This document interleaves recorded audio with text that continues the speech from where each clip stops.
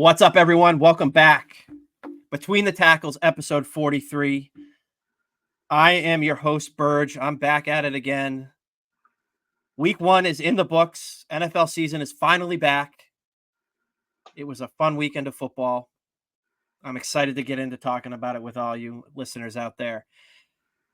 Our boy Hogan, we send our regards to him, who had his lovely work schedule changed this week. So he is not here tonight for the episode, but I am joined tonight with our friend of the pod, great friend, great supporter, Manish Mehta. Welcome back. How you doing tonight? I'm doing great, Burg. I can't wait to hear about your fantasy team, but I guess we'll do that a little bit later.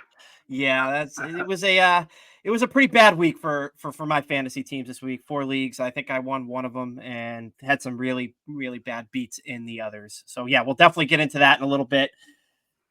Gonna talk everything week 1, some intriguing matchups, some upsets that I didn't expect to happen, but I'm very happy it did happen. We'll get into that a little bit. We'll talk about some intriguing matchups coming up for week 2. Football's back. I am so pumped.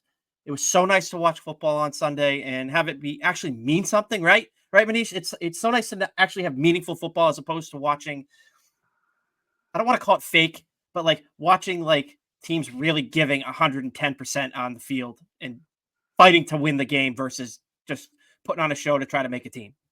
Yeah, I mean, I totally agree. I mean, it's so much different than it was even like 10 years ago, when at least the third preseason game you could pretty much see starters versus starters for at least a half, usually like 2.5 quarters. So at least you got to look forward to watching some semblance of quote unquote real football. But now the preseason schedule is such a joke. Nobody takes it seriously. Half the teams don't play their starters at all during the preseason. And I know, just thinking back to last month, I think I watched maybe a total of 4 or 5 quarters of the preseason, and that was for fantasy football purposes, to be honest with you. So and I missed a few. I missed a couple weeks. I don't think I watched the second preseason week at all. There's not much value in it from a fans perspective. I mean, even less than there was 10, 15, 20 years ago. So I'm right there with you, just to see these guys out there when it counts. You got your fantasy team to root for. You got your actual team to root for. Really fun. And I always love week 1 because it's not really indicative necessarily of what the rest of the season holds. There's so much wacky stuff that happens in week 1. Teams that look terrible end up being one of the better teams in the league. Teams that look incredible in week 1 wind up flopping. But that unknown and that anticipation is something. I don't know where you watch the games. I went out with a few friends, and just getting that feeling of the first kickoff and first touchdown, and just the unpredictable nature of the sport, which makes it so fun, is something I'm glad to have back. I don't know if you're like me, but you sit there, you watch a little bit of week 1 football, and you're going to see the rust from the guys not playing in the preseason and all this. And this may sound a little like greedy, or like I don't know the right word I'm looking for, but like I find myself sometimes being, all right, can we get to like November, December football where we're talking about playoff implications, everything? I don't want to rush the season, but like I'd be lying to you if I didn't say that I was feeling that on Sunday a little bit, where I want, like, all right, it's week 1. We know what we're going to get. It's great to have it back, but I'm ready for like the intense matchups again. Yeah, I mean, that part is fun, but then you're fast forwarding a few months, and like the biggest enjoyment that I get is the actual week in and week out, storylines and drama and upsets, and and unfortunately injuries that occur that kind of flip different teams' fortunes on their head. So I know what you're saying. There's nothing like December football, frankly, before the playoffs even begin. But I really enjoy the beginning of the season. And frankly, I'm not a Patriots fan. Obviously, you are. So I would think that you would have loved what happened a few days ago with your team. Absolutely. I'd be lying if I wasn't. I was pretty stunned. We'll get into that in a little bit here, but we are recording on the 23rd anniversary of the September 11th attacks in New York. So I wanted to mention this briefly. This obviously the event. I was a young kid when this happened, but I do remember watching the events unfold in school. I was old enough at that point to somewhat understand what was going on. And obviously now being a guy that is an aviation is my career. Um, Having gone to college, one of my classmates was the son of a pilot, one of the pilots of one of the first planes. So there's a real personal connection to the events that happened 23 years ago for me. So I just wanted to, obviously acknowledge that it is the anniversary of that, and to never forget the victims, the first responders, that made the ultimate sacrifice to you know try and save so many other individuals.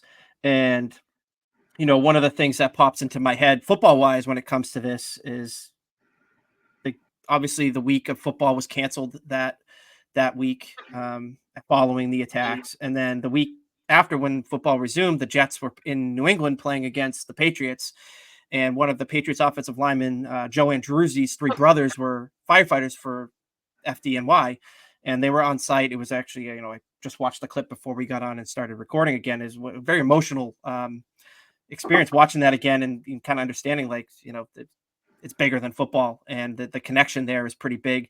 And I do want to also mention that also happened to be the night that I guess you could say kickstarted the New England Patriots dynasty, because that was the night Drew Bledsoe got hurt and Tom Brady took over for the starting quarterback for the Patriots. But I just wanted to touch on that. I don't know if you want to add anything on that, Manish. But yeah, I wanted to really get that out there. Yeah, I echo those sentiments. Obviously, it was a watershed moment in world history, let alone American history.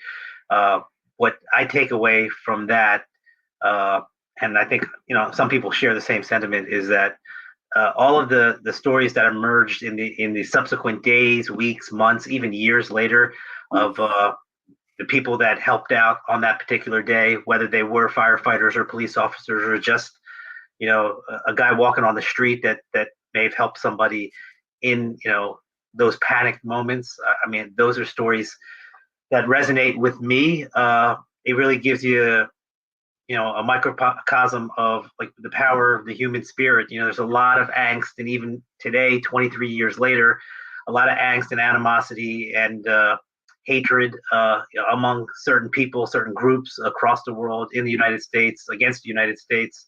So to see the American people galvanize in that moment, I think was really powerful. Sports obviously was an outlet, and it still is an outlet for so many different people, but especially during that time period. You mentioned the Andruzzi brothers. Obviously, that was a very powerful moment. In the run up to that game. Joe Andruzzi, as you know, and every Patriot fan knows has gone through a lot. Since he stopped playing football, beating cancer. So just an incredible story in and of itself. But sports, whether it was football, I tend to remember the baseball memories. Being in and around New York, Mike Piazza hit this really emotional, powerful home run in the Mets' first game back after 9/11. That resonates with so many people, sports fans in New York. Of course, that season, George Bush throwing out the first pitch at Yankee Stadium was a big moment. So, it was comforting to know that a lot of these athletes, especially the athletes, again, I don't mean to make this a New York centric, sports story, but it really was impactful to see so many New York athletes go down to ground zero, help out how they could, comforting people who were still looking for loved ones. And this is in the immediate aftermath of 9/11. A lot of baseball players, a lot of football players, Giants players were really part of the same team. And I think even in that first week after the games resumed in the NFL, regardless of the team, there was just a little bit of closeness and just like this difficult to describe feeling, and where players on both teams kind of understood what had happened, the gravity of the moment, and while they were still competing for wins and losses, it was just a different feeling. I remember just being in the media and thinking, yeah, these guys don't want each other to win that particular day, but there was also a sense of brotherhood. And I don't mean to be Pollyannish about it, but that really was the feeling that I got, that there was a camaraderie and people galvanizing around such a terrible moment. And, two plus decades later, I think you saw the best out of American people for sure in the aftermath of that moment. And that's, something, frankly, just from a personal level, that I wish, would be more consistent, day in and day out. I just think that in that moment, people just seemed closer. They understood each other more. They wanted to help each other heal. And, you definitely don't want anything like that ever to happen again. But if you can find a silver lining and kind of remember just how people responded and took care of each other and looked out for each other after that, that is a memory that I will always remember. Absolutely. Absolutely. Let's get in to week 1 of the NFL. Let's move on. So we had our live stream Right. for opening kickoff between the Ravens and the Chiefs. So I don't want to talk too much about that game. Obviously, the Chiefs won that game. So we'll leave it at that. I don't need to talk anymore about Patrick Mahomes or Taylor Swift or anything like that. So we're gonna move on. We'll move on to then it's the second game, and this one featured your team, the Eagles, down. Was it Sao Paulo, Brazil? Is that where the game was? Yeah, that's where it was. The first game in South America for the NFL. I saw that stadium. I wasn't very impressed by it. Just the pictures of it. And then you saw the players, getting off the plane, and they just didn't look like they wanted to be there in any way. I saw something that I think it was it the Eagles that were told you don't sleep on this flight. Don't sleep on the 9-hour flight down there. And Yeah. I'm like, geez. Okay. Yeah, I mean, they had I'm sure the Packers had the same type of meeting, do's and don'ts. Essentially, they were just told to stay in their hotels and go through the walkthrough, and then go back to the hotel, go to sleep, go to the game, and get out of Dodge.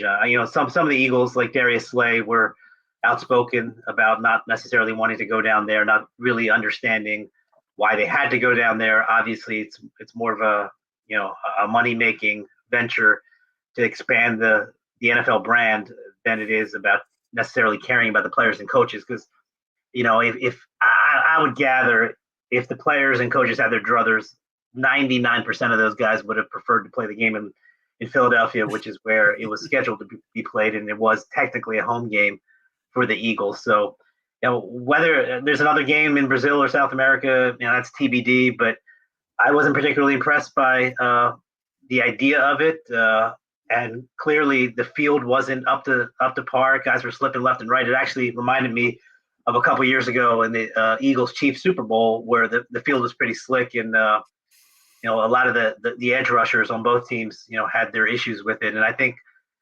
that's just not something that needs to happen. The NFL makes plenty of money, but this idea of growing the sport so that it touches every corner of the globe is something that the owners are clearly motivated to do. And Roger Goodell carries out the owners' wishes, and ownership is clearly of the mindset that we want to take over the world, for lack of a better phrase. I don't understand it. I'm not on board with it. London, to me, is okay. I'm fine with that. I'm not necessarily on board with Germany. I know that the Patriots played there, recently, but I don't like this idea and this chatter about possibly having a game in Australia. That doesn't make any sense to me at all. But ultimately, it's about making money for these 32 owners, and if they feel like they can expand the brand and make more money through those channels by taking it to different parts of the world, then I can't foresee them stopping it, even if I do disagree with it. They basically can do whatever they want at the end of the day. Like, the NFL is such a cash cow. People are going to watch no matter where it is, no matter what's going on. They can basically do what will, and the players kind of really have to play ball. They kind of, the owners really drive it. And, I'm on board with London a little bit as well. I'm not necessarily on board with them putting a team there and having a team there all the time. I think that's asking for a problem. Germany's pretty cool, but again, you're going further and further away now, and you're asking these guys to do this, and you're going to create schedule nightmares, and you're going to eventually have a union fight on your hands if this continues to happen. But we'll see what happens. I'm not necessarily on board with Australia or Brazil, even for that matter. I wouldn't feel safe going down there and doing that either if I were those players, especially those guys that are worth a lot of money. I mean, you're basically putting a target on their back by going there. But the Eagles end up walking away with a massive win down there. It was a pretty hard fought battle, come from behind win, 34-29. What were your thoughts on your Eagles' performance in week one? Obviously noting the conditions of the field, it being week one, et cetera, et cetera. Well, look, I've my entire life, even when I was a teenager, I've tried to be a fairly rational Eagles fan. I've had, and I am actually on a text thread with about 6 or 7 of my close friends who are diehard Eagles fans. A few of them who are just drinking the Kool-Aid and nothing. They can't do anything wrong. And Howie Roseman's the best general manager in the history of sports, and Jalen Hurts, rivals Patrick Mahomes as the best quarterback in the NFL. I'm not cut like that. Like I don't subscribe to that idea. Like if they're playing really well, I'll be right there at the front of the line. But if they're not, I'm not going to pretend that things are perfect. And when I look at that game, the thing that stands out to me the most was the questionable decision making by the quarterback. And I've been privately critical of Jalen Hurts for a few years. I think he's a good player. I don't think he was ever in the class of a Patrick Mahomes. And when the Eagles did go to the Super Bowl a couple years ago, there was a lot of chatter about whether he was in that same class or even better than Patrick Mahomes. I never believed that for a second. I didn't believe it then. I don't believe it now. I don't think that'll ever be the case, frankly. And if you look at that game on that first Friday night, he had 2 interceptions, easily could have thrown 4. There were 2 that were dropped by Packers defenders. His decision-making was highly questionable. Now, he wasn't completely awful because they did win the game. He made an incredible touchdown pass to Saquon Barkley, right on the money. I think he did well to close the game out, so you got to give him credit for that. But all in all, coming off a season that he had last year, the most turnovers he's ever had in his career, I wanted to be a little bit more sure of the quarterback after week one, and I think there's just as many questions as I had at the end of last season as I do right now. The bright spot offensively obviously was Saquon Barkley.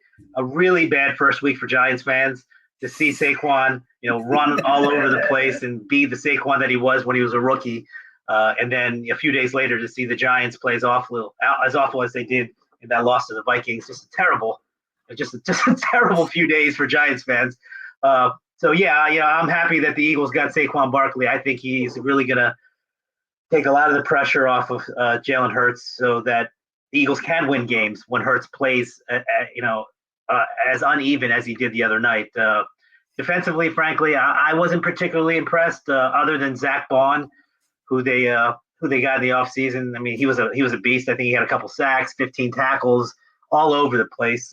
Really impressive how Vic Fangio used him. The disappointing part of that is that they didn't really get a semblance of a real pass rush against Jordan Love.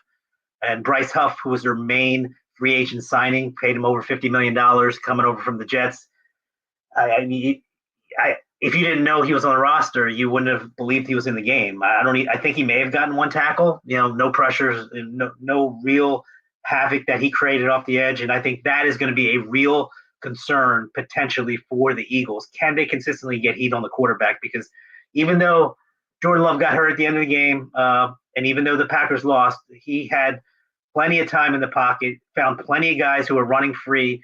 The secondary was a big question come into the season. I'm not sure that they've really answered much after the first game. So a lot of question marks still remain for that team. All that being said, being a team like the Packers, who went deep in the playoffs last year, is certainly nothing to be ashamed of. I think it's a solid win for them. They got a lot to work on. They're playing Monday night at home. For the 3rd consecutive year, actually opening up at home, their home opener is going to feature Kirk Cousins. They play the Vikings in a weird schedule quirk each of the last 2 years. They beat Cousins both of those nights.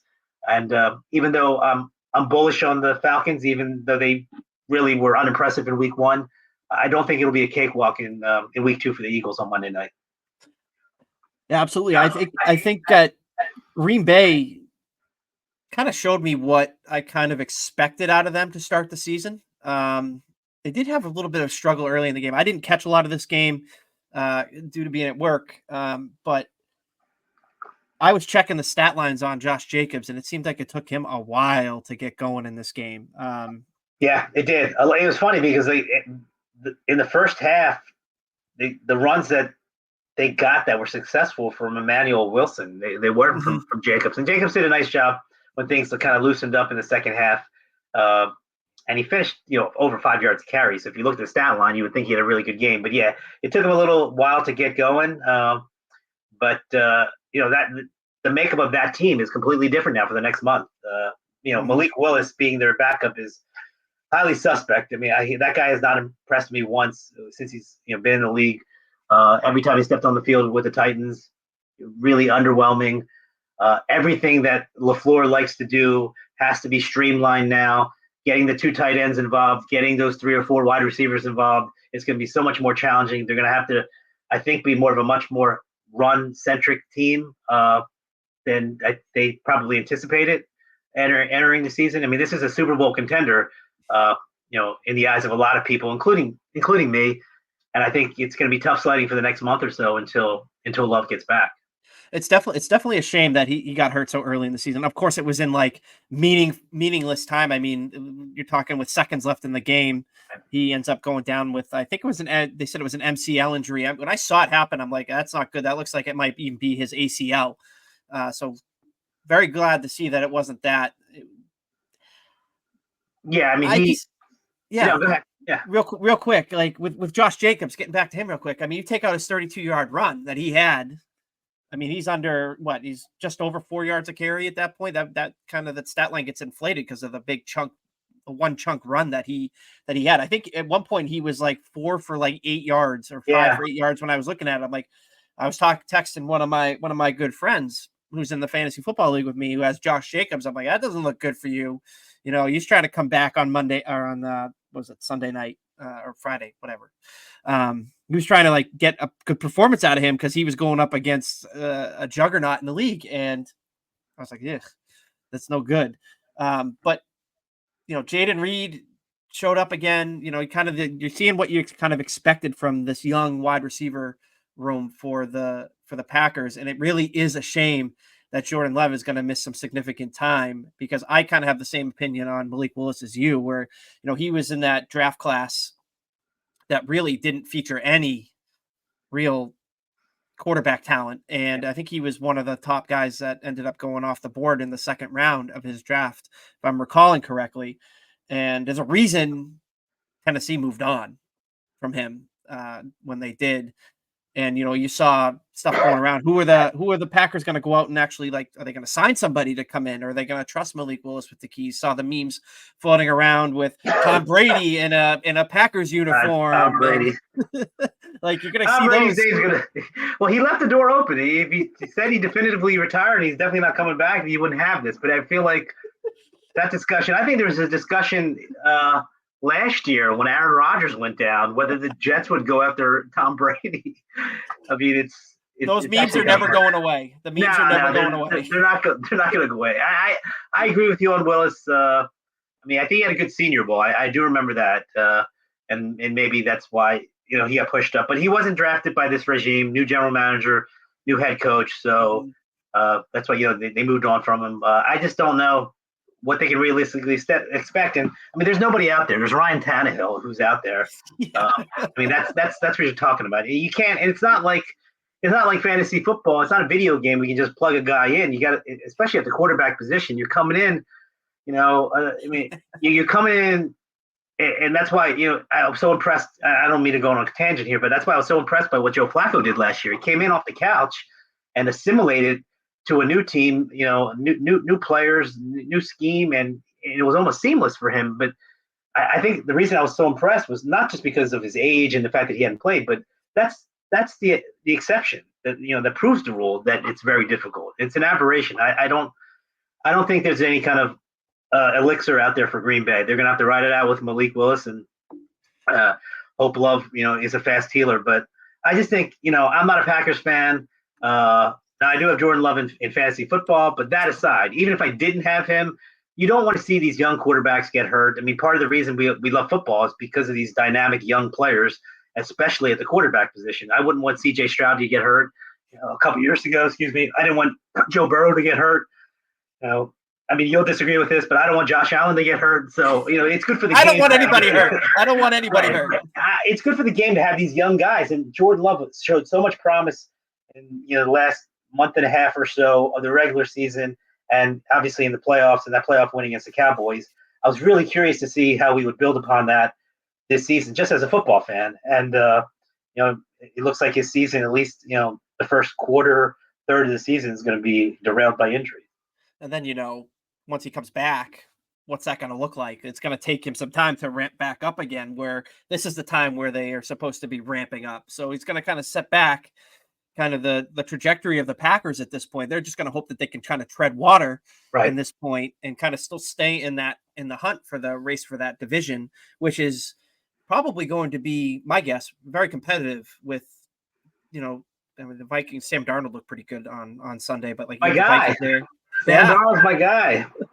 You got him? I once just for fun on the platform formerly known as Twitter, I would I think maybe weekly or so rank the AFC East quarterbacks, and I remember Darnold had just come off of Offensive Player of the Week. He had mono, and so he missed a few games early in the season a few years back.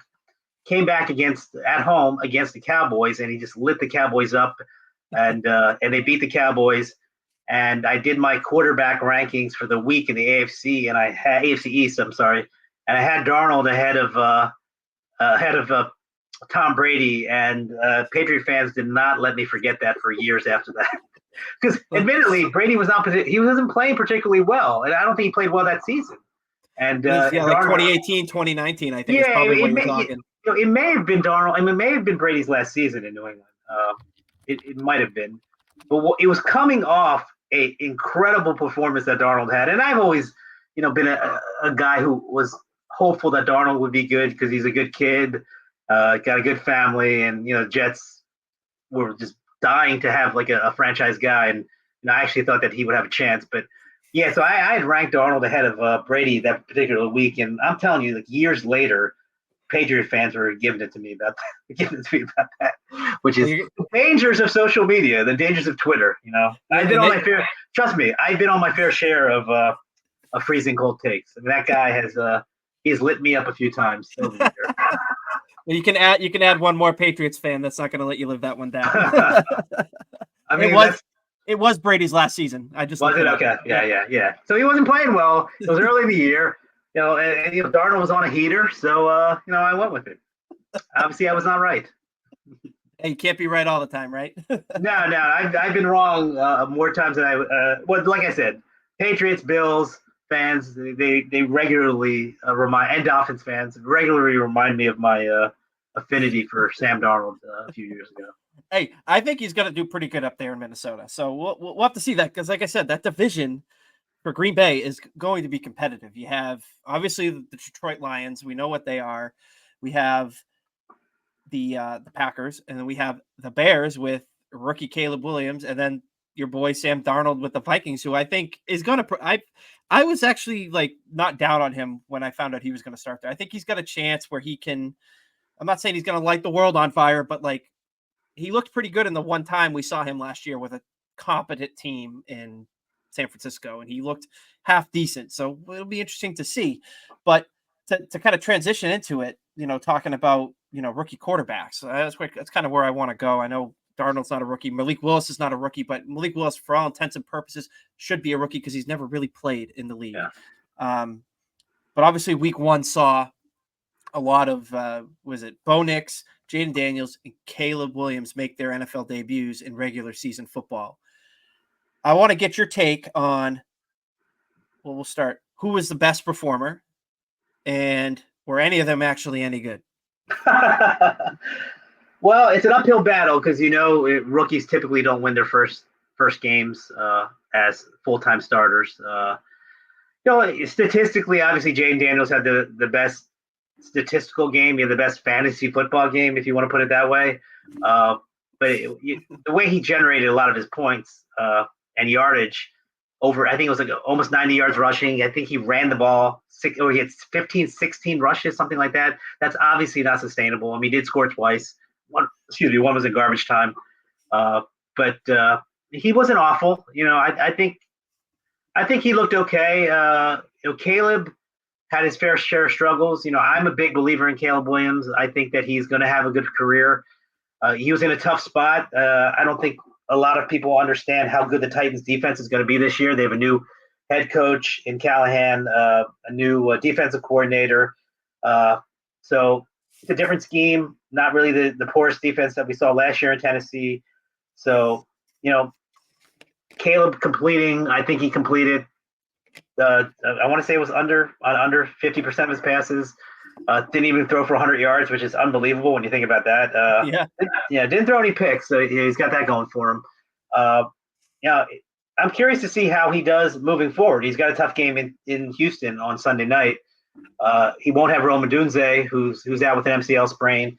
Who knows if Keenan Allen's going to be healthy? He's dealing with an injury. So that trio of wide receivers that I thought would really help out Caleb Williams, DJ Moore, Allen, and Odunze, there's a chance that two of those three guys won't even be there in his second game, which could make things difficult, in addition to the fact that I'm a big believer in the Texans this year. So, I don't think he played particularly well. I guess that's a roundabout way of me saying, am I surprised? No, but I would say Daniels played better than Caleb Williams. Bo Nix really in a difficult position. I mean, when your first game's in Seattle, I mean, it's difficult for veteran quarterbacks to play in Seattle. And I've been to Seattle and watched games there several times, covered games there a bunch of times, and it is loud. And you hear it on TV, you hear announcers saying it's loud, but if you're watching at home, you're watching on the red zone, you don't get a real understanding of how loud it is. For my money, Denver and Seattle, and maybe to a lesser extent Pittsburgh, those are the loudest places I've ever been to. And the press box shakes at those places. That's how. I mean, maybe that's just shoddy workmanship and the construction's not good. I don't know, but it is ridiculously loud at those three places. You can feel it. It's noticeably different than in any other place that has 60,000 people in it. So maybe it's the acoustics, maybe it's the design of the stadium, but that's a tough place for a rookie quarterback to make his first start. So he struggled, predictably so. I actually am a little bit higher on Bo Nix than I think the average fan is. I don't think he's in the same level of player as Caleb Williams or Jaden Daniels, but I do think that Nix has a chance, especially with Sean Payton as his head coach, to have a solid rookie year, something to build a foundation for moving forward. But none of them were particularly impressive. I think if you had to choose one because of the dual threat, I would go with Jaden Daniels. He was very effective as a runner, but again, 15, 16 rushes a game, that's not sustainable. He's not going to make it to Halloween if he gets banged around that much, because the only guy that can withstand that type of punishment, and I still don't understand how, is Josh Allen. And that's just, for most quarterbacks, double-digit carries means a lot of potential hits, and that's not a recipe for success. So, these guys, it's going to take some time. First game, regardless of what we saw in the preseason, everything's vanilla in the preseason. I even think Bill Belichick mentioned it a couple weeks ago when he was breaking down Caleb Williams. He wasn't particularly impressed with what he saw in the limited time in the preseason, from Caleb Williams, even though Caleb made a couple, dynamic throws. So it's a work in progress for these guys. It's very rare that a guy comes on the scene and hits the ground running, from start to finish. So there's going to be plenty of growing pains. I think all three are talented, especially Daniels and Caleb. And I do think that when it's all said and done, that the Commanders and the Bears for sure are going to have, a lot more positive things to look back on at the end of the season than, some of the hiccups. I think Caleb Williams actually happened to be like the first rookie quarterback that won his game, obviously on the legs of his defense. Oh, right. In like a decade. It's so funny. We're talking about him, and he clearly played like a quarterback of a team that didn't win, but you don't factor in a block punt for a touchdown or a pick six.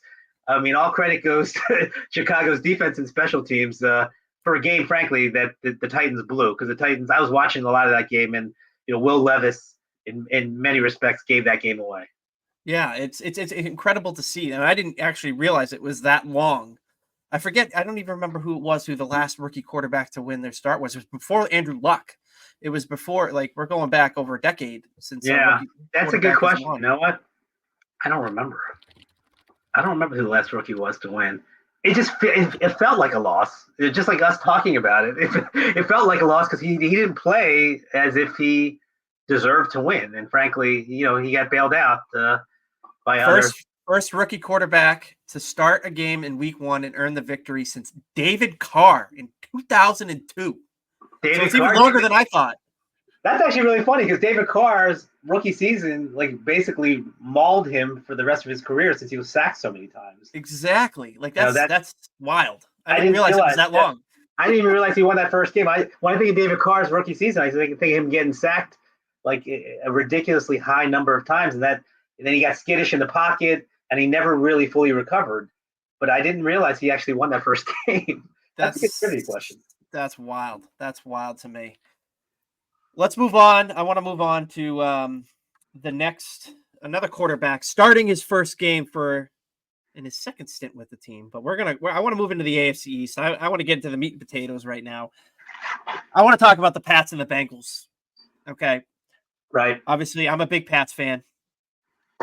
I did not expect this. I was on Running with the Jungle, which is a fans first affiliate podcast that Hogan and I joined on Thursday night. And we were talking about the game with a couple of Bengals guys. And, I was like, you know what? They're going to lose like 21-10. It's not going to be a blow. It's not going to be like a super high scoring game because Patriots have a really good defense, but they're not going to be able to do anything. The defense of the Patriots played far better than I expected them to play at the beginning of the game. Or for the duration of the game, we'll call it. I think in the first 3 drives or first 4 drives for the Bengals all went 3 and out. Like, the Bengals could not do a thing against the Patriots defense. Kind of set the stage for kind of an offensive performance for the Patriots, which is what I kind of called for on that podcast as kind of a key to a victory, is if they're going to have to basically establish the run and focus on running the ball if the offensive line can get the push and get Ramondre Stevenson going. And they did just that. Ramondre went for over 100 in this game, had a couple of big runs late. And, the defense, Keon White was an absolute beast, made the Patriots look like, hey, we don't need Matthew Judon. We got Keon White now. And, he was kind of my guy. Again, I said this on the Running with the Jungle. Like, Keon White's a guy to watch. He's going to be in an increased role this year. He's a monster. He's a big guy, 2.5 sacks. And I was very impressed with the way the Patriots played defensively. And that shouldn't come as a surprise because we knew what the Patriots defense is.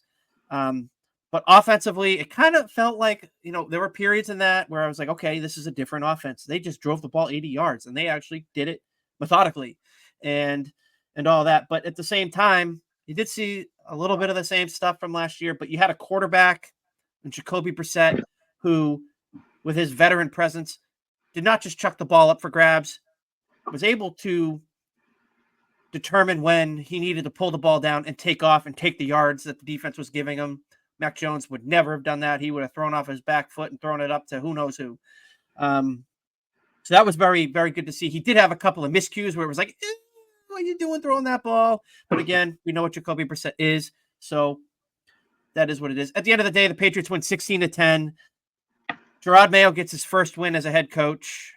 And it was refreshing to see. And it's like, I'm trying as a Patriots fan not to get that false hope. Oh, we got a chance now. I know what the season is. I'm not letting it happen. Do I think there's a possibility they could end up 3-0? Yes, because they're playing Seattle at home, a West Coast team playing a 1:00 game on Sunday, and then they get the Jets, who we know what the Jets can do, and I'll never write off a game against the Jets. So that's the fan in me talking. Do I think it's going to happen? No, but overall, for week 1 of a season that I punted away, I'm very happy that I got to watch a winning game. Did you see any of this game, Manish? I did. I didn't watch all of it, but it was on an adjacent screen, so we were watching it. For most of the afternoon. My sense was that the Patriots were in control from the jump. It wasn't some kind of situation where, if anything, you thought that would the Patriots choke it away? because They almost did. Yeah, they almost did. But like you would think that if I told you, Saturday night that the Patriots were going to win, you would probably think that somehow the Bengals blew it or the Patriots pulled it out at the end. But the tenor of the game was completely flipped. It was as if the Bengals were the underdogs and they were playing catch up the entire game. Keon White is a guy who I remember when it wasn't that long ago, but when the Patriots drafted him, he was the guy who was a converted offensive player, tight end maybe, and then he transferred. He was at Old Dominion. He was a tight end, and he transferred Georgia. Was it Georgia Tech? I don't remember exactly. Sure. Yeah, but he was a converted. Super athletic guy. You mentioned he was 6'5", whatever he is. I don't know, 270 or just a really athletic player who had been an offensive player and then transferred schools and then really was only a defensive lineman edge rusher for one full season in college. And, obviously went through a transition period last year. Did he get a sack? Maybe he got one sack. I don't know. He was a complete non-factor last year, but the athletic skills were obviously there. It's even, that's why he was drafted as high as he was drafted. So I think that speaks to the coaching that, he can make this kind of leap in his second season. He's obviously not going to get 2.5 sacks every game, but he was lined up against Trent Brown for a lot of that game.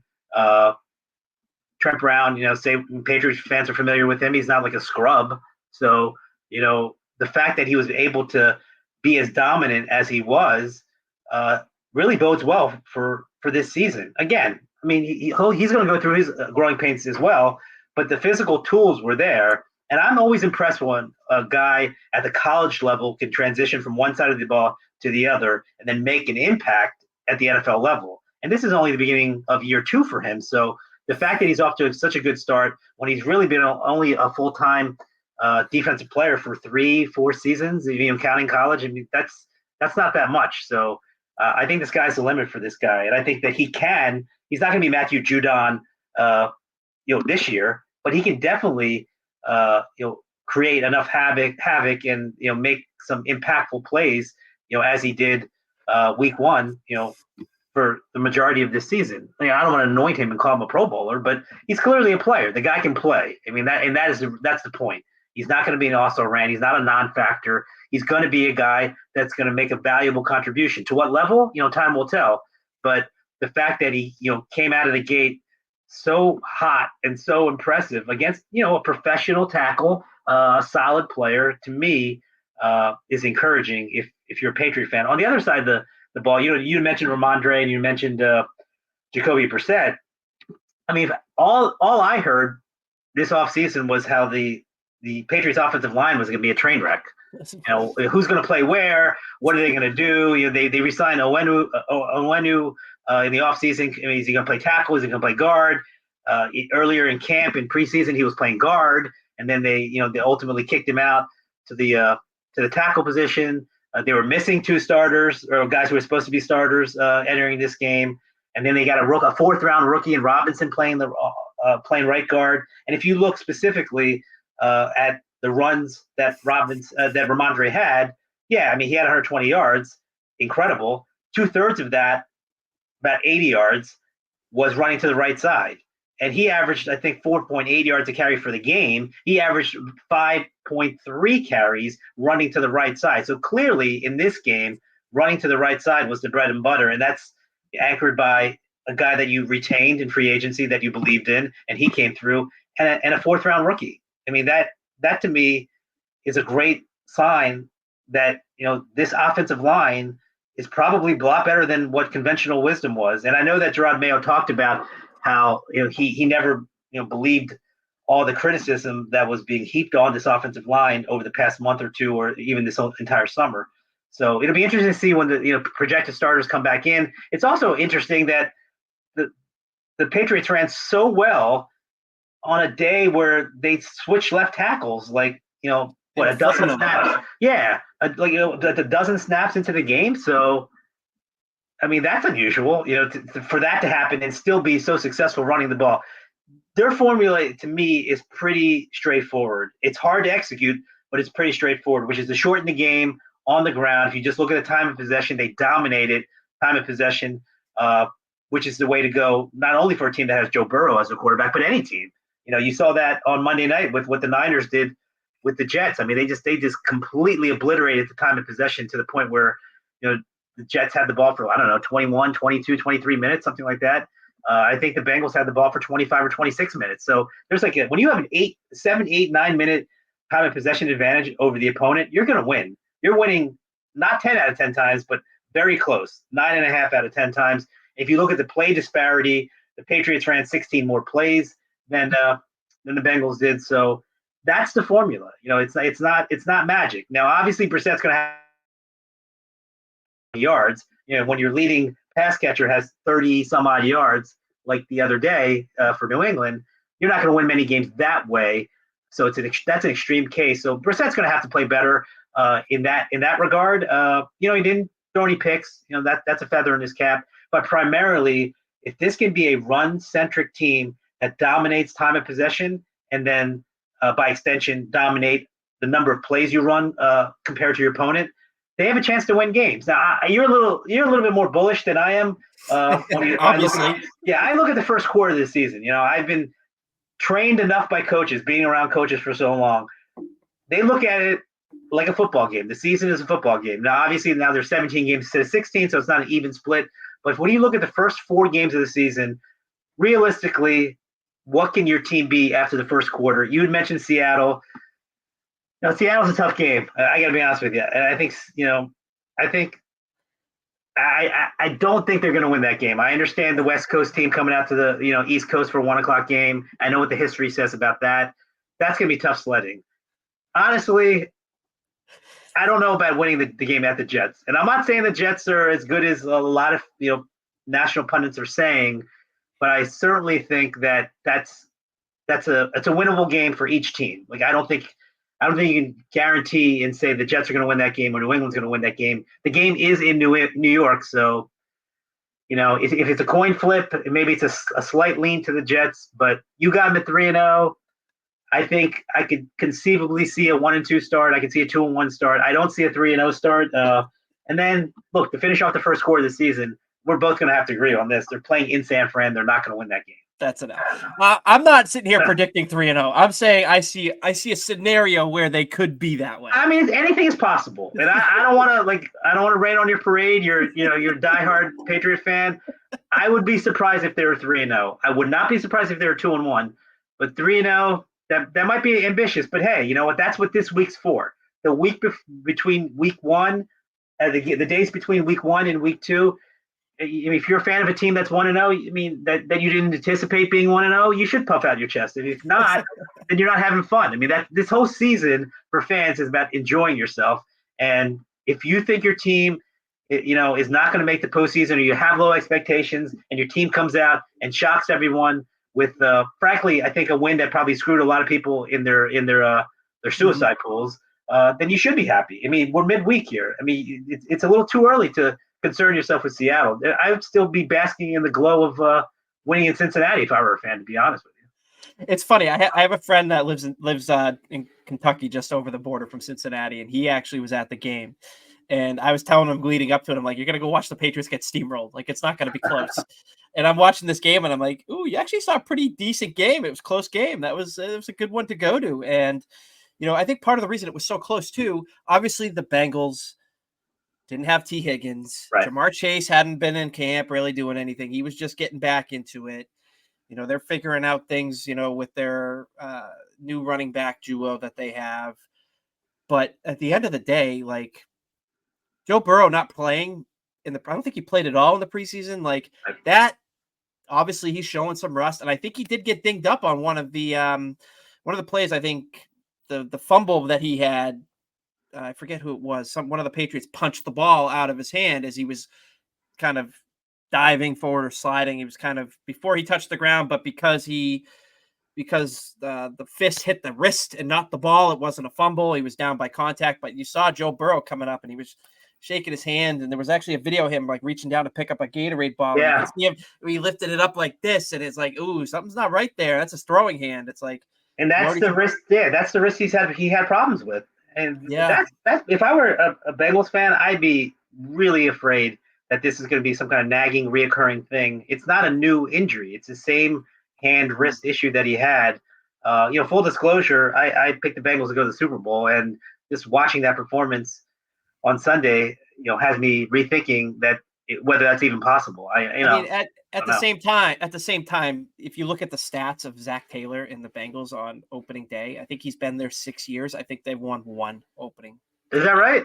something like that. Yeah, I didn't the know that. guys on the Bengals pod brought that up, that they always just don't start the season on time, and that could say something. It is week one, so like we got to take week one. I always try to take week one for what it's worth. Obviously, I'm puffing my chest a little bit here because the Patriots got me a win when they didn't expect to, in a season where I'm expecting all losses. So anytime I get the win, it's like let's go. But it is week one, and we'll see what happens if Higgins comes back. We'll see what happens with Joe Burrow's wrist. That's for me. That's the most concerning thing. A guy who's been pretty injury prone throughout his career, and for someone of his caliber of player, when he's healthy, to see that's the kind of thing you don't want to see happen to a player, kind of have his career derailed by his injuries. And I have high hopes. I want him to be the one to take down Mahomes and Allen. Like he's the next thing. Like I don't want to see either one of those two doing anything in the AFC. So we'll see what happens there. I quickly want to touch on the other AFC East games. I don't want to spend too much time on it because I want to get into the week two, some of the matchups before we wrap up here. But obviously, the Bills beat the Cardinals up in Orchard Park. That was a very disappointing thing for me, especially after seeing the first half of that game, and the Cardinals seemed to be having their will, and then they kind of just they wet their pants and let the Bills win that one. The Bills defense, if I'm a Bills fan, I'm concerned about that defense. I know a couple of them had expressed that to me, and so we'll see what happens with them. Obviously, they snuck one out. They stole that. In my opinion, they stole that game. A couple of questionable calls at the end on the Cardinals drive there that were not called. I was vocal on Twitter about that, but at the end of the day, it's not the refs' fault. The Cardinals deserve to lose that game, the way that had played out. Obviously, I don't know. You have any thoughts? You want to give anything on that before I quickly move on to the Dolphins and the Jets? Yeah, I think Josh Allen needs a little bit more help. I talked about the Jane Daniels running 15, 16 times a game. That's not sustainable. What Josh Allen did, as great as Josh Allen is, that's not sustainable. He took too many hits. He also ran the ball 8, 9 times, something like that. Took a bunch of hits. He got sacked a few times. He seeks out the contact. It's really unbelievable. We were just talking about Burrow. Burrow's a pocket passer, and he's been nicked up every single year. Meanwhile, you got Josh Allen, who runs like a maniac, and the guy's like made out of steel or something. It's really, I've never seen anything like it. He runs, and as you said, he doesn't avoid the contact. I know he's big, and that's great. I mean, that gives him a little bit of safety there. But ultimately, you got to think that if he playing the way that he is playing, especially the way that he played in Week 1, he cannot do that consistently throughout the season, or he will get hurt. It's just he needs help. He's getting older too. He's getting older. Yeah, he's getting older. Okay, I mean, but he's still still a lot younger than I am. But look, you can't ask Josh Allen to run for 2 touchdowns and throw 2 touchdowns every week. That's just not sustainable. He needs help. I thought Keon Coleman did a pretty good job for his first game. Only had 50 or so yards, but I think they got somebody in him that they can rely on. They really did not utilize Dalton Kincaid at all. I mean, he was invisible in that game, and he needs to be a much more important piece of that offense to lighten the load on Josh Allen, because Josh Allen basically pulled him out of the fire Week 1.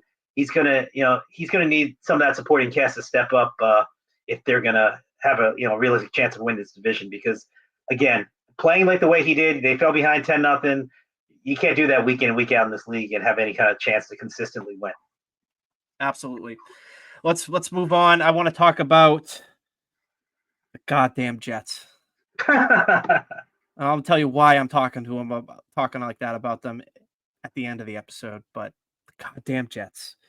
Obviously, they got blown out. I think it wasn't really a close game. I mean, it might have been at some points, but San Francisco kind of had their way, especially without CMC, which was, Jordan Mason filled right in. I drafted him as my CMC handcuff, so I was feeling pretty good there.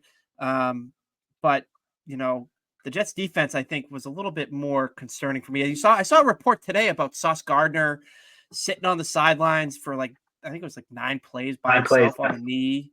Like, that's not a recipe for success there. Aaron Rodgers, obviously, was a little rusty, but it's just the Jets. The Jets find a way to do this. And yeah, it's funny because, coming into the season, the defense supposedly was not a question mark. Now, I think they have one of the better defenses in the league. I don't think they're the best defense in the league. I think that gets overhyped by some people. They weren't particularly good against the run last year. They weren't horrible, but there were enough, cracks in the armor against the run where, for my money, they were a really good pass defense. They play that cover 3 that Robert Saleh brought in from Seattle. Seattle's used that dating back to the Legion of Boom days, the cover 3. Richard Sherman and Sauce Gardner essentially is the Richard Sherman of that defense in that cover 3 scheme. But they couldn't stop the run. I mean, they couldn't tackle. Jordan Mason looked like CMC. Frankly, he was, he was incredible. This is an undrafted guy, a backup running back, and I think that the 49ers showed the rest of the league, where some of these vulnerable spots in the Jet defense is. Now, obviously, every team doesn't have the brain, the access to Kyle Shanahan's brain. So Shanahan's incredible at scheming up different run designs. So you're not going to get that week in and week out. So if you're a Jet fan, you can take some solace in that. But, unacceptable to allow scoring drives on 8 consecutive possessions. I mean, that is unheard of. I think it's the first time in Jet history that's ever happened. I'd be curious to see how often that's actually happened in an NFL game in the last 50 some odd years. Now, the Niners did have to settle for a lot of field goals, but ultimately they scored 32 points, which is too much for a team that's really going to be reliant on their defense. Because you had mentioned Aaron Rodgers. I thought Rodgers looked really good on one drive, the scoring drive that ended on the short Breece Hall touchdown run. He made incredible passes to Garrett Wilson on a few 3rd and long situations, and that was really vintage Aaron Rodgers. Unfortunately, it was a short sample size. He really took advantage of a free play later in the game where he found Alan Lazard for a touchdown. That's just smart football. Aaron Rodgers might be getting old, but his brain is as sharp as ever. So that's the advantage you have when you have Aaron Rodgers as your quarterback. The disadvantage, unfortunately, in 2024, he's not mobile at all. You can't have him, moving the pocket, which is unfortunate because that was one of his strengths as a younger player. You also can't have a lot of long developing plays because, I think you can sense it. Rodgers does not want to get hit. And no quarterback does, obviously, but I think he is especially skittish about that because of A, his age, B, the injury he had last year. So he wants to get the ball out of his pocket, out of his hands as quickly as possible. That's a lot of short routes. And I think if you're a smart defensive coordinator, you're going to, it sounds strange to say because it's Aaron Rodgers, but you're going to dare Aaron Rodgers to beat you over the top because I don't know if he can consistently do that. He took 1 or 2 deep shots on Monday night. Wasn't close. I remember one that wasn't close. But, I think that if you dare Aaron Rodgers to beat you consistently deep, I think you're going to be on the winning end of that because I don't think Rodgers can do that. And I think he can get the ball out of his hands quickly. I think he can diagnose defenses pre-snap as good, if not better than anyone in the league.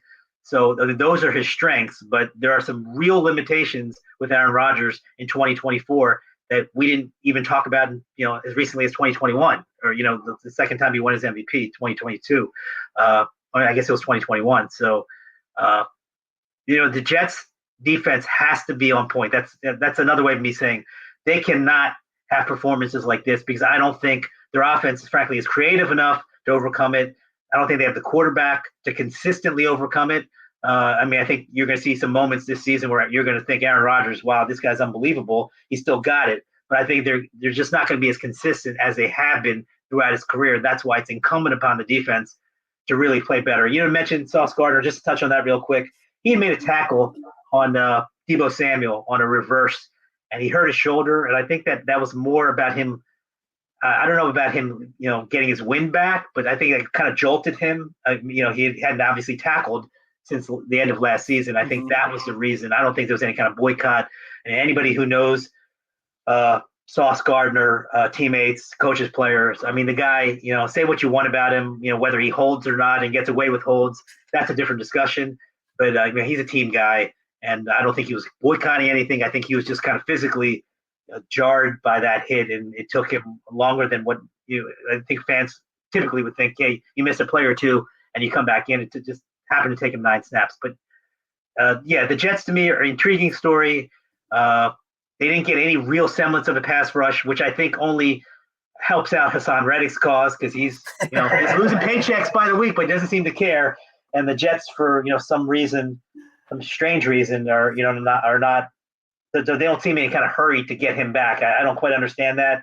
And I think Monday was a clear example of how they really could use not only a run stuffer, and that's not really what Reddick is, but they could use somebody to get home. And even though they had a couple sacks against Purdy, anybody who watched that game knows that Purdy had a lot of time in that pocket, and that was part of the reason why he found so many guys open in that against that jet zone. Yeah, well, that reasons everything you said about Aaron Rodgers. That's why I'm a little bullish on my Patriots in a couple of weeks. They can win the game, but Burge, I'm not saying they're not going to win the game. If the game was in New England, I probably would pick New England, but it's in New York. I really think it's a toss up, and in those scenarios, I typically go with the home team. Fair enough. Let's move on to the final AFC East team. This game I felt was more about the losing team than the winning team. Dolphins win last second against the Jaguars. The Dolphins didn't start on time. That's for sure. They were down, after the first half, and it just seemed like something with Jacksonville. They just kind of took their foot off the gas. Tua had over 300 yards in this game. Tyreek Hill, we all saw what happened with him pregame. I don't want to get into that at all, but we saw what happened there. He had himself a day. So did Jalen Waddle.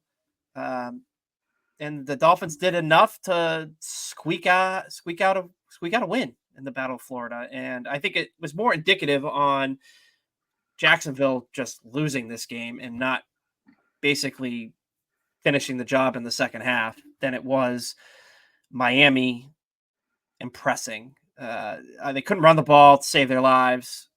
And, as somebody who picked the Dolphins to win the AFC East this year, so did I. I'm like, got to show me more in week 2. And this is a big one. We'll get into it. That's going to be the first game we're going to talk about week 2. It's a big one for me. I'm a huge Miami Dolphin fan by the time you're listening to this tonight. So I don't know if you had any thoughts on the Dolphins, but I was not impressed with week 1. Yeah, I think that this is an example of a game that flips on one giant play. It was a 14-0 deficit early. The Jags jumped on them early. Miami really didn't do much until late in that third quarter on that long touchdown to Tyreek. Mm-hmm. It was 17-7 when he scored. That made it 17-14. Jaguars never scored again. You tack on a couple field goals and you go home a loser if you're Jacksonville. So, I mean, that's the power of having Tyreek Hill. You can play poorly, and that guy can shift the momentum in an instant. And I think that's really what you saw. Going from 17-7 to 17-14 after that 80-yard touchdown really changed the game, changed the fortunes late in the third quarter. The Jaguars really fell asleep in the second half. They couldn't do much of anything offensively. And you're right. The Dolphins, even for as much as we talk about Tyreek Hill and the chunk plays, their bread and butter is running, and their running backs averaged cumulatively averaged fewer than 3 yards a carry, and that's not typically what you see from a Mike McDaniel offense. So, now they're dealing with a couple injuries as well. So I'll be curious to see how they roll things out in the backfield. Tomorrow night, Thursday night against Buffalo. But I agree with you. They escaped with a win. Ultimately, it's a division game. I mean, it's not a division game. It's an AFC game, interconference game against a team that you may be competing with for a wild card spot or a playoff spot. So it's a big win. Not particularly impressive, but at the end of the day, it doesn't really matter that it was not that impressive. The fact is that they won. Now they've got a division game. Before you know it, they could be 2-0. And I didn't think, as you said, I agreed with you. I didn't think they looked particularly good in week 1. Yeah, they got to turn it around quick because, like we said, let's move on. Bills traveling to South Beach for Thursday night football against the Dolphins. A big AFC. This is a big early season AFC playoff matchup. Obviously, it's big for me. I'm going to be, I wish I had a Miami. Where's Puma? I got to call Puma up. Give me a Dolphins hat. Be wearing that Dolphins hat tomorrow night. That's right. That's right. If I was Buffalo, I'd be really nervous about Waddle and Hill. Seeing what their defense did, last week against the Cardinals, be a little worried about that. Obviously, the injuries to, Raheem Mostert's already been ruled out. Devon Achane is going to be a game time decision. And then after that, they have Jeff Wilson, I didn't even know he's still around in the league, to be honest with you. He's former 49er running back now down in Miami. So if Achane's ready, I mean, he looked pretty good in the passing game as well against the Jaguars. I think he went for like 70 something yards on 7 receptions out of the backfield. Yeah. And he was intriguing last year. I think he got hurt. He was very intriguing before he got hurt last year. I know from a fantasy perspective is why he was one of my keepers this year. And if I was Buffalo's defense, I'd be worried, if I was a fan, because their defense was nothing against Kyler Murray. I didn't expect that game to be that close. I mean, I'm not very high on the Cardinals this year, but they showed me something in that game. I know they ended up, melting down at the end, but at the same time, that was an impressive performance. So I'm obviously a Dolphins fan on Thursday night. I don't know. I believe they're going to win. I trust Mike McDaniel, although the short week this early in the season is a little concerning, especially with such a big matchup, which is definitely going to have implications in the standings of the AFC East, come December. So what are your thoughts on this one? Well, I hate the idea of a rivalry game, interdivision game being on a Thursday night. I don't like that. I don't know why I know why they did it, because it's such a, two high profile teams, but same division. I feel like a full week of preparation is more fair. I know that they're both going to be on short weeks, but I don't like it. I don't like the concept. I don't like the idea of it. Yeah. You hit the nail on the head about whether, the Bills can slow down Tyreek and Waddle. I think a lot of that will depend on whether they get pressure. The AFC Defensive Player of the Week is Greg Rousseau. He had 3 sacks last week for Buffalo. So, if he can like bring heat on Tua, then I think that mitigates some of the effectiveness from those two dynamic wide receivers. And you had mentioned Jeff Wilson. He's definitely going to be in the rotation if Achane doesn't play. They also have Jalen Wright, who was a healthy scratch. He's a rookie. Yeah, he's a 4th-round rookie that they're really high on from Tennessee. Played fairly well in the preseason, but it's the preseason against backups. But a really strong, fast, powerful guy. He could be a guy that people are talking about Friday morning, for all we know.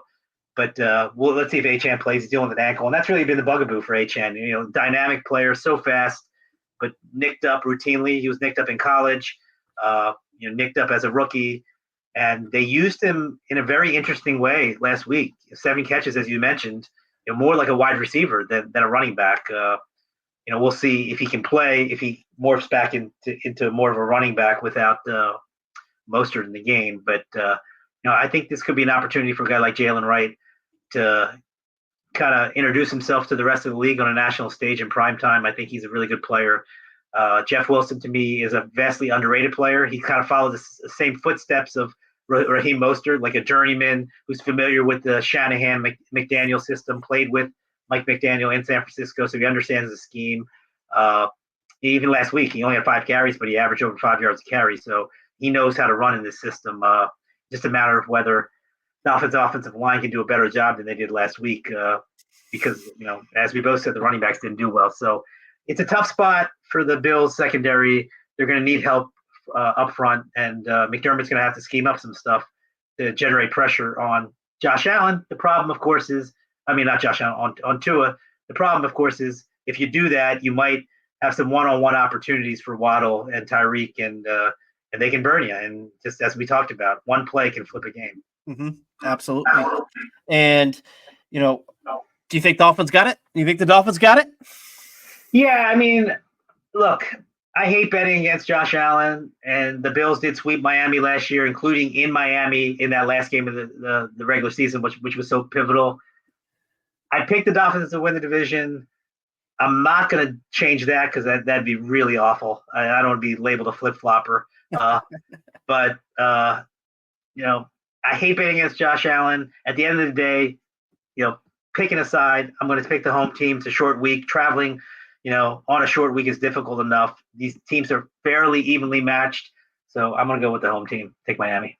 I was expecting you to do the contrarian route to try to get me riled up there. No, look, but I'm not going to be surprised. I mean, my Dolphins got swept by them last year, so who's to say that they can't lose a third straight game against these guys?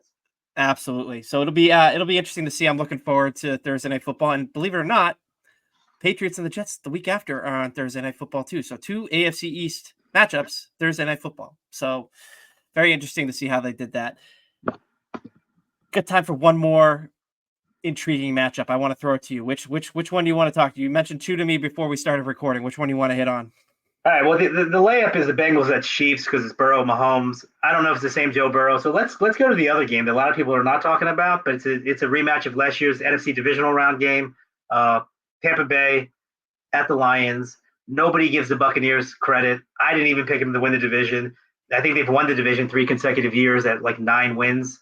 But they looked really good. I know they played the Commanders last week, but Baker Mayfield, my God, that guy looks reborn, and he's making the Browns look worse with each successive touchdown pass based off of what the Browns have at quarterback right now. So I'm looking forward to that game. The Lions, really good win the other night against the Rams, but I think this could be a very entertaining game. Bucks at Lions, 2 legit teams, 2 playoff caliber teams, 1 Super Bowl contending team, 1 team that doesn't get any respect but consistently makes the playoffs. That's a game outside of the low-hanging fruit, the Chiefs-Bengals game. The Buck-Lion game is a game that I'm really looking forward to. I could see the Bucks winning that game, frankly. I'm a big Lions guy. Last year, I was a huge Lions guy. I have them going to the Super Bowl, but that doesn't mean I can't pick them to lose. No, that's fine. That's fine. We last year were a very big Houston Texan and Detroit Lion podcast when we first started this podcast. We were right on that bandwagon, and it was early too. Like it was like, I wouldn't say early because we started in the midseason, but like we were like from like the start, we were like, let's go Lions, let's go Texans. Love CJ Stroud, love Amon-Ra St. Brown, love what the Lions are doing, break some kneecaps, whatever. Like I wanted to see the Lions win that NFC Championship game last year so bad.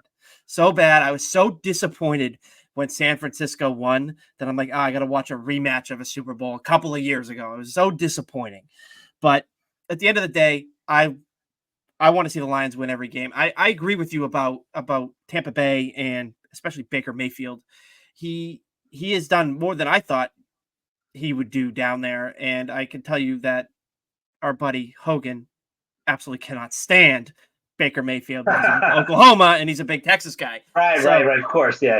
Right. So, but it's hard to really be, you got to start giving them some respect. I mean, obviously one of those years, Brady was there that they went to the playoffs, maybe even 2 of them. I don't know, but they did, Baker Mayfield came in and nobody expected that team to make the playoffs last year at all. And they kind of surprised everybody last year. I think Mike Evans is one of the most underrated receivers in his for the duration of his career.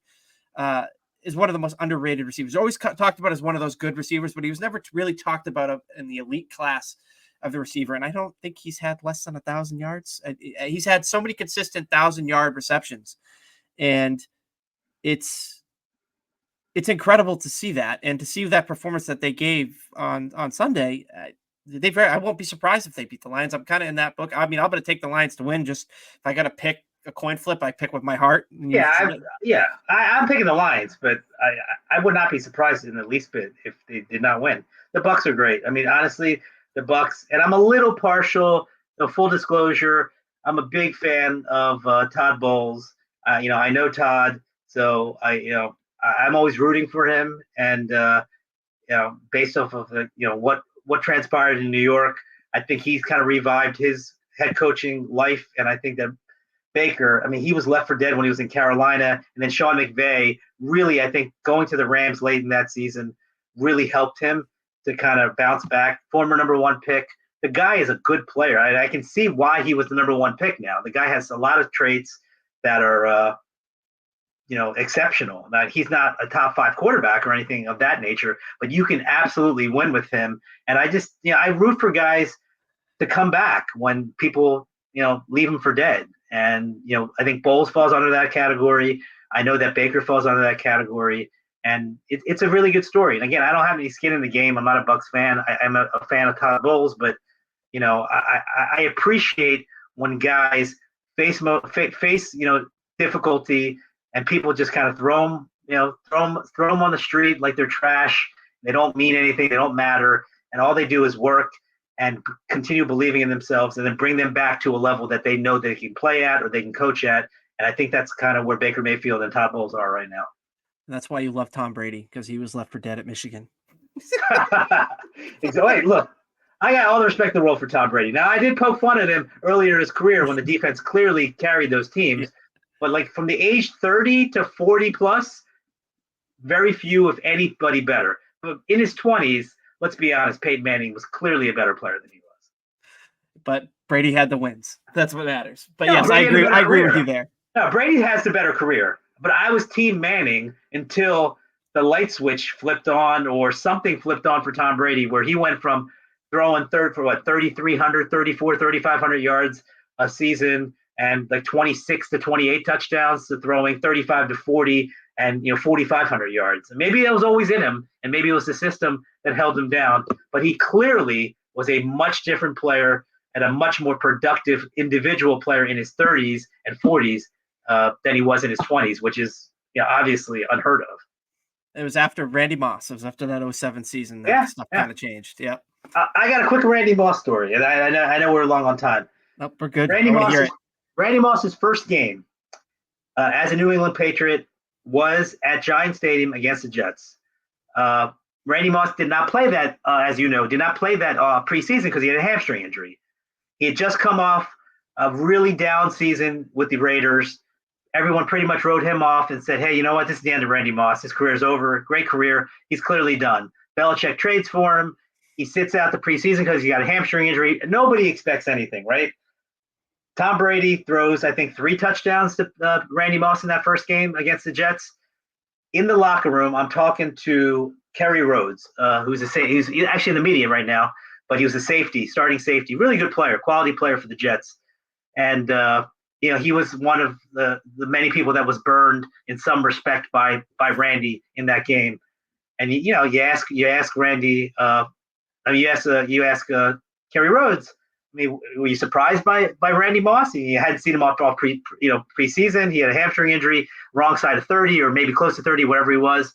A lot of people wrote him off. And so I remember we were in a scrum, and I asked Kerry Rhodes that question. And he looks at me. He's like, "Well, evidently he was fresh." And like to this day, that still makes me laugh. I don't know what it is, but I was right next to Kerry Rhodes.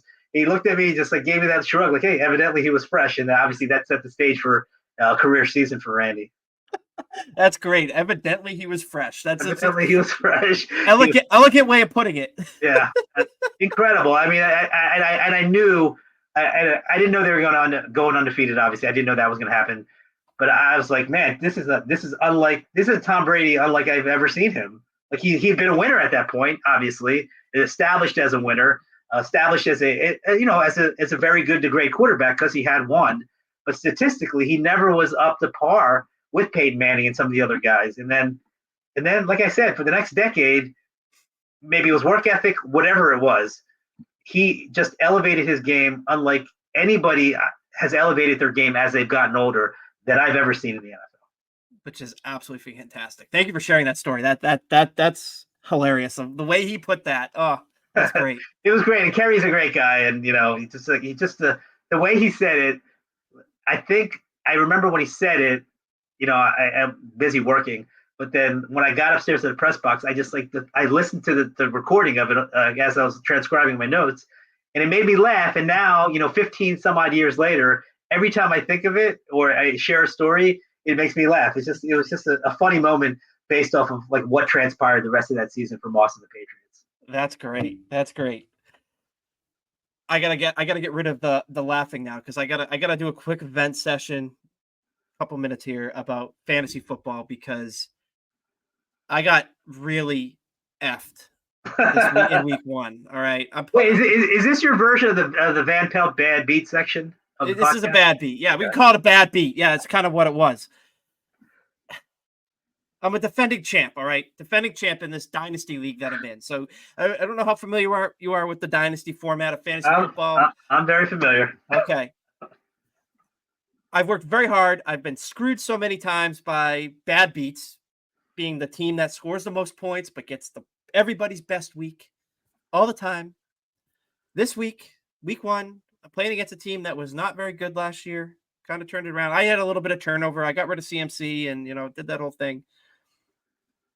But I scored no points. I was like in the high 70s. Like it was really low half-point PPR league.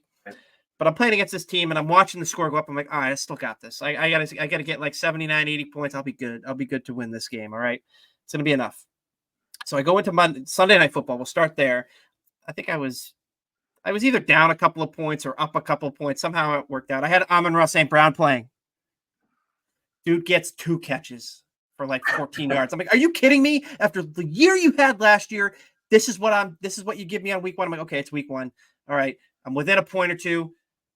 This guy's got the San Francisco defense playing. I got the Jets defense playing. I'm like, I just got to get one more point than him. Goddamn Jets let me down. That defense let me down. They give up 32 points, 6 field goals to Jake Booty. I'm like, I lose by 0.8 of a point. You look at my bench. I started Jalen Hurts. That didn't really work out very well. I had CJ Stroud on the bench. I had Baker Mayfield on the bench. Great. I started DeAndre Swift. He did nothing. J.K. Dobbins sitting on my bench. I'm just looking at my bench, and I'm like, that's going to be one of those years, isn't it? Here we go. And on top of that, I lose. I get destroyed in 3 of the other leagues that I'm in.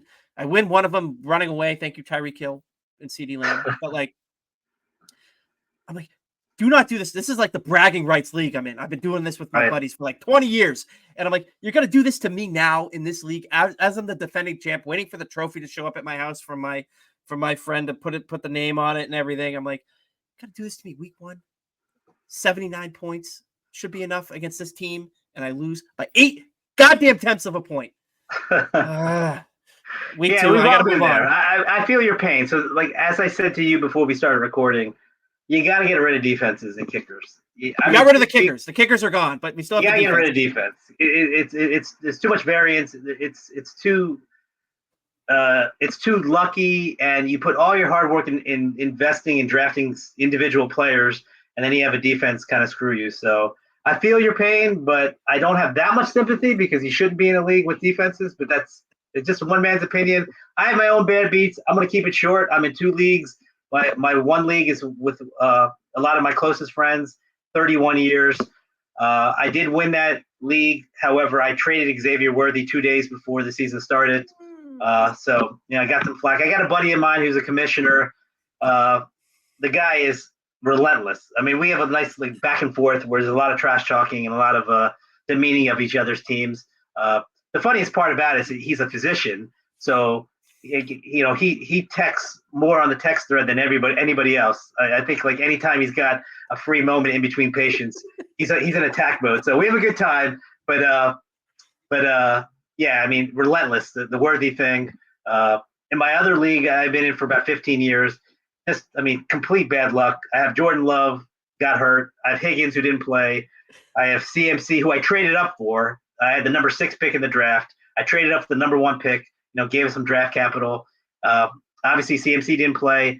I wasn't smart enough to draft Jordan Mason, so I think I doubled up in points in that game, in that league. So we all have, our bad beat stories. What I've learned throughout the years, I'm sure you've learned this too, Burg, is that nobody cares about your bad beats in fantasy football.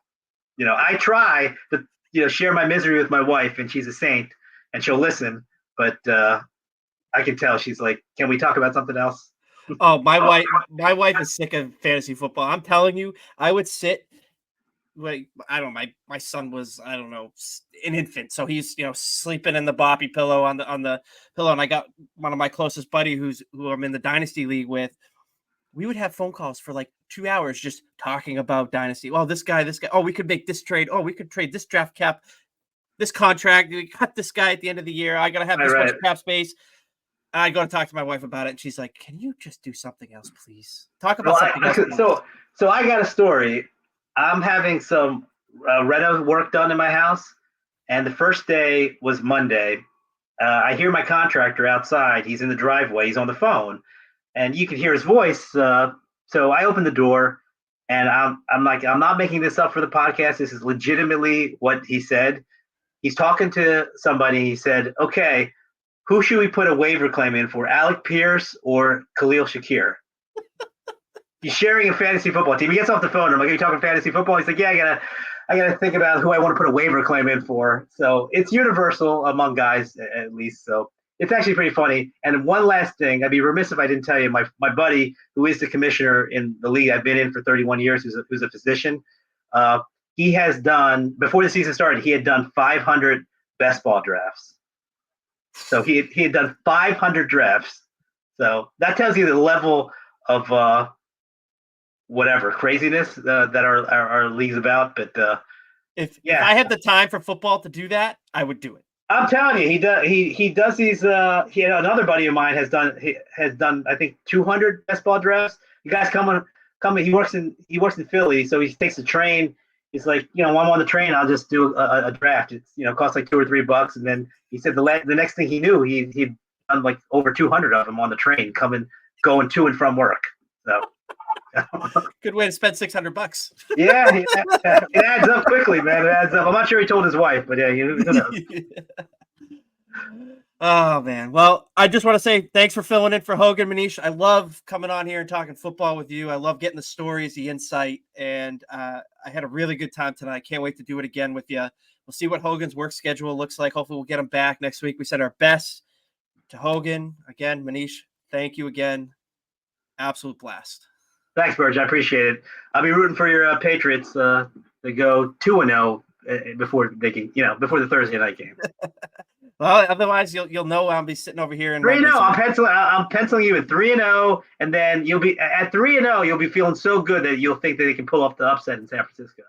Yeah. Well, we'll see about that. Thank you, everyone, for tuning in to episode 43. We will catch you next week. Have a good week. Peace.